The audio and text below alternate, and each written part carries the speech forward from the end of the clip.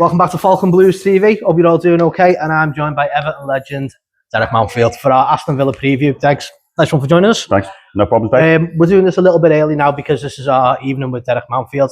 And if you haven't turned up tonight, you've missed the fucking belter. I'm predicting it now. Absolutely superb job. But Dex, again, thank you for joining us. How do you think Everton have been doing at the moment?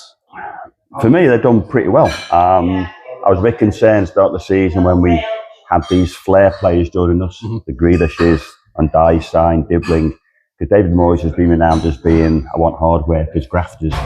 But as he got older, he must have realised flair players can work for him. Yeah. And I've been very impressed with what I've seen. I'm still concerned about the number of goals we're going to score.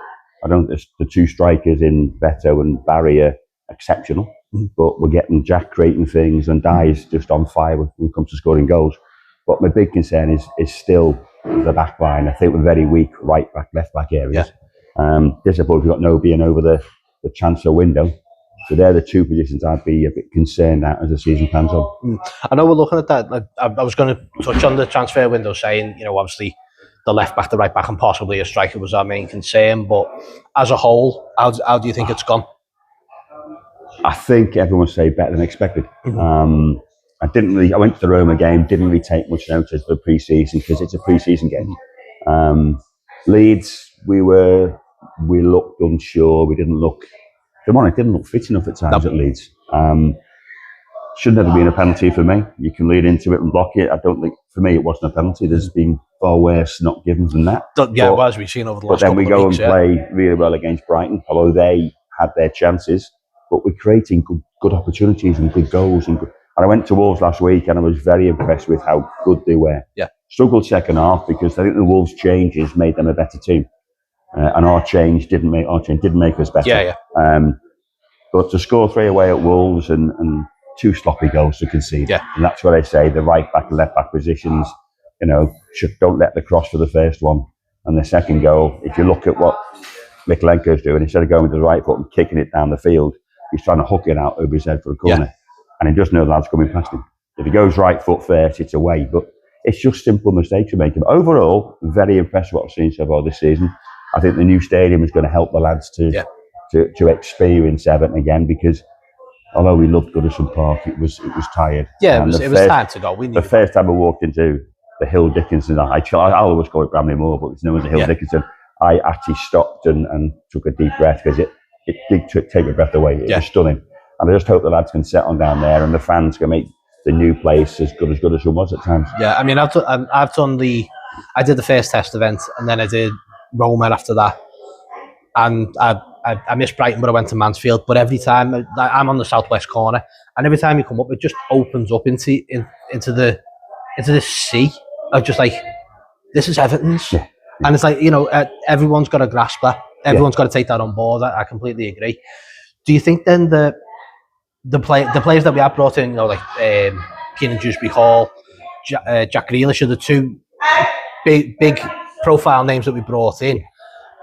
Them playing in this kind of arena, it's what they want, isn't it? It's the kind of thing that brings them to Everton. It's what they want, especially with Jack Grealish. If he can't make the Man City squad, they must have a really exceptional squad.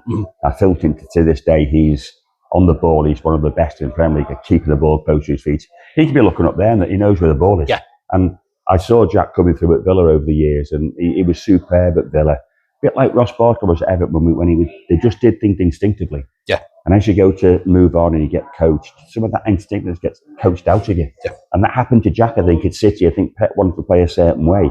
But the first 3 games, Jack, he's just reveling the freedom, the space again. Yeah. Jack, go and do what you want. But if he wanders over right and Dye wanders over left.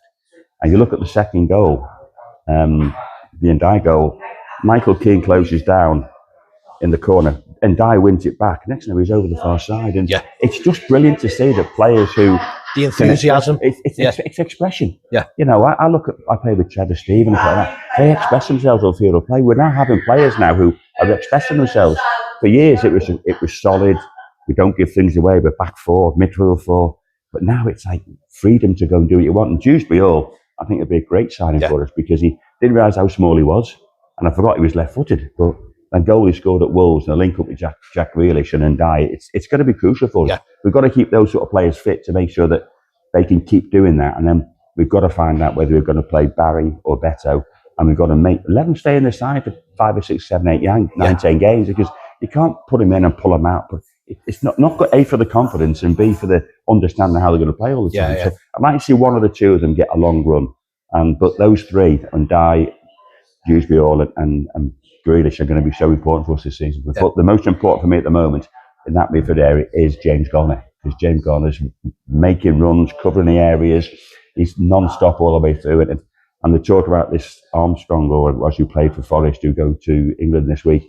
I think James Garner's as good, if not better than him at the moment. Yeah. Elliot Anderson, I think it was, wasn't it? I think he's on top form at the moment. I think James Garner's been superb for us.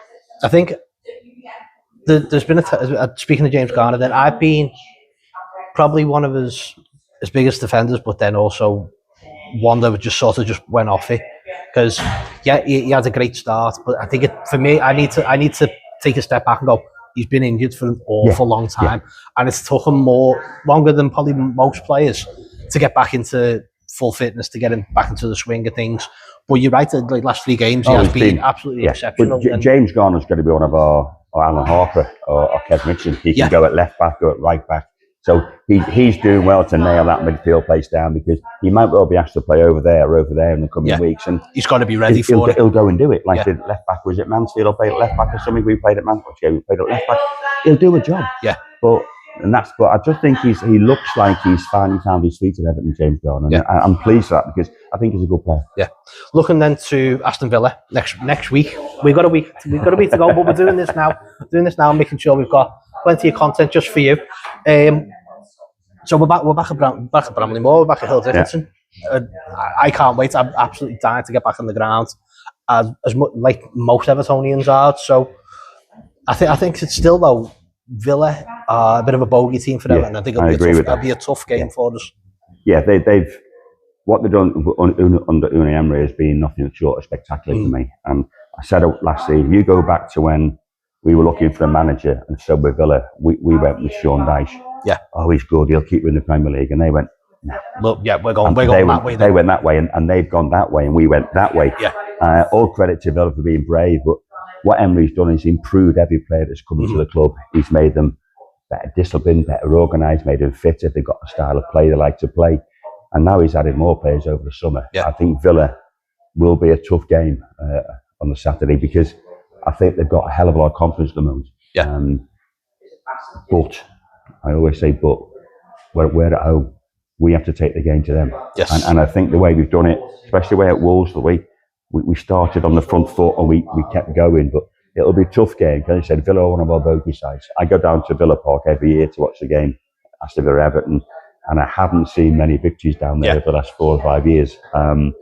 But we've had a couple of good results at home. But it'll be tough. But I think what we've seen with Everton and David Moyes over the last 6 months, we've got a lot more resilience. We look better balanced, better organised, better disciplined, and we have a focus and an idea of how we want to play. And it didn't really was, for me, there was no real idea of how we were playing under Sean Dyche at times. It was just how are we playing this game, what we're doing. But you can see under Moyes what we're trying to do. And those signings he's made this summer gives that little bit of flair, that little bit of edge that we haven't had for a long time. Great stuff. Right, okay, well, we'll wrap this up then, because we're going to have a proper discussion with Derek Mountfield now, and you're going to miss it. But if you're here, I hope you all enjoyed it. So make sure you like and subscribe to the channel as always. Up the fucking toffees, Colin Chong. See you in a bit.